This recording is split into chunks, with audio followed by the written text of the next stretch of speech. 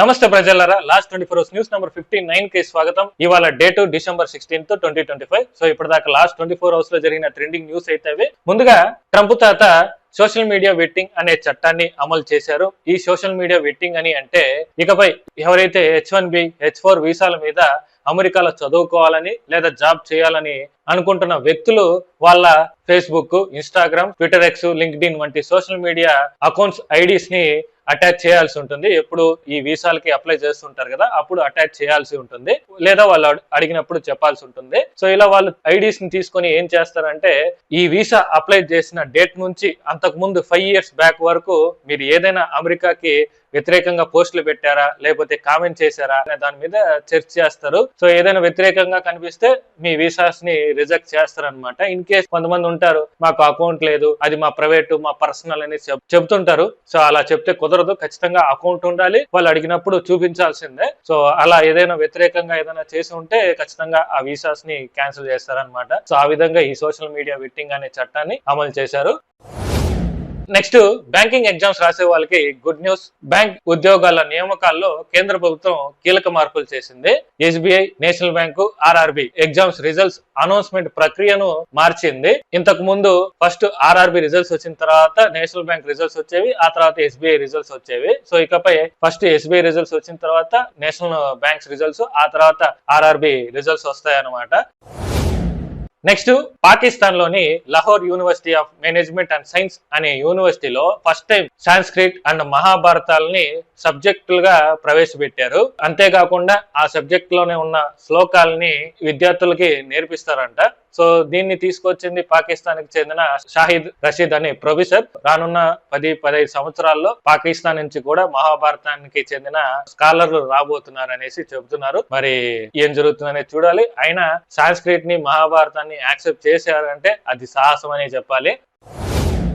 Next, Pakistan కి మరోసారి IMF loans ని శాంక్షన్ చేసింది. ఇంతకు ముందు 4 బిలియన్ ని శాంక్షన్ చేసింది కదా, ఇప్పుడు దాన్ని 7 బిలియన్ కి పెంచింది అనమాట. కాకపోతే కొన్ని కండిషన్స్ పెట్టింది. ఈ ఫండ్స్ ని మీకు రిలీజ్ చేయాలి అంటే పాకిస్తాన్ లో కరప్షన్ అంతా క్లియర్ చేయాలి, డెవలప్మెంట్ జరగాలి, దాంతో పాటు PM షబాజ్ షరీఫ్ నుంచి సెంట్రల్ గవర్నమెంట్ ఆఫీసర్ వరకు వాళ్ళ ఆస్తుల వివరాలు సబ్మిట్ చేయాలి. ఇది ఈ మంత్ లోపల సబ్మిట్ చేయాలని డెడ్ లైన్ పెట్టింది అనమాట. పోనీ వీళ్ళేమైనా వచ్చిన డబ్బుని ఏమైనా డెవలప్మెంట్ వాడుతున్నారంటే అది వచ్చిన డబ్బుని అమెరికా నుంచి ఎక్కువ మోతాదులో ఆయుధాలని ఇంపోర్ట్ చేసుకుంటున్నారు అనమాట. మరో పక్క పాకిస్తాన్ మీద ఉన్న అప్పులన్నీ తీర్చేసి ఎలాగైనా పాకిస్తాన్ ని ఒక వెల్తియెస్ట్ కంట్రీగా తీర్చిదిద్దుతానని చెప్పి పాకిస్తాన్ PM షబాజ్ షరీఫ్ ఛాలెంజ్ చేస్తున్నాడు. మరి ఆ విధంగా జరుగుతుందా లేదా అనేది చూడాలి. నెక్స్ట్, ప్రపంచ దిగ్గజ వెస్ట్లర్, మనకి ఎంతగానో ఇష్టమైన ఫైటర్ జాన్ సీనా ఇంకా కనిపించారు. ఆయన WWE కి రిటైర్మెంట్ ప్రకటించారు. ఒక హోమ్లెస్ వ్యక్తి నుంచి ప్రపంచమంతా ఆదరించే వ్యక్తి వరకు ఆయన జర్నీ చాలా ఇన్స్పిరేషన్ గా ఉంటుంది. సో అయితే ఈ రిటైర్మెంట్ ప్రకటించడానికి కారణం ఏంటంటే శరీరం సహకరించుకోవడం ప్లస్ హాలీవుడ్ సినిమాస్ లో బిజీ అయిపోవడం వల్ల రిటైర్మెంట్ ఇవ్వడమే బెస్ట్ అని చెప్పి రిటైర్మెంట్ ను ప్రకటించారనమాట. నెక్స్ట్, US ప్రెసిడెంట్ ట్రంప్ తాత G7 కి పోటీగా C5 కోర్ 5 అనే గ్లోబల్ ఫారం ని స్థాపించాలని గట్టిగా ప్లాన్ చేస్తున్నాడు.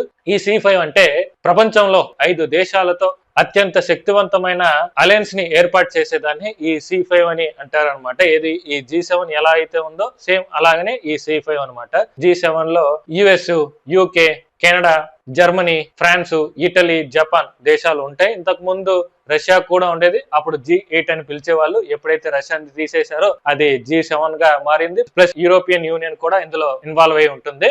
అయితే ట్రంప్ G7 కి పోటీగా ఈ C5 ని ఎందుకు తీసుకురావాలని అనుకుంటున్నాడు అంటే, ప్రస్తుతం ఉన్న G7 లో యూరోపియన్ ఆధిపత్యం ఎక్కువైపోవడంతో దాన్ని కంట్రోల్ చేయడానికి ప్లస్ ప్రపంచాన్ని డైరెక్ట్ గా కంట్రోల్ చేసే సూపర్ పవర్ ని క్రియేట్ చేయాలనే ఉద్దేశంతో ట్రంప్ ఈ C5 ని ప్లాన్ చేస్తున్నాడు. అయితే ఇది ఇంకా అఫీషియల్ గా కన్ఫర్మేషన్ కాలేదు కానీ జస్ట్ ఇది ట్రంప్ తాత ఆలోచన వరకు మాత్రమే. సో ఇంకా మిగతా దేశాలతో చర్చించాలి, వాళ్ళు ఒప్పుకున్న తర్వాతే ఈ C5 అమల్లోకి వస్తుంది అనమాట.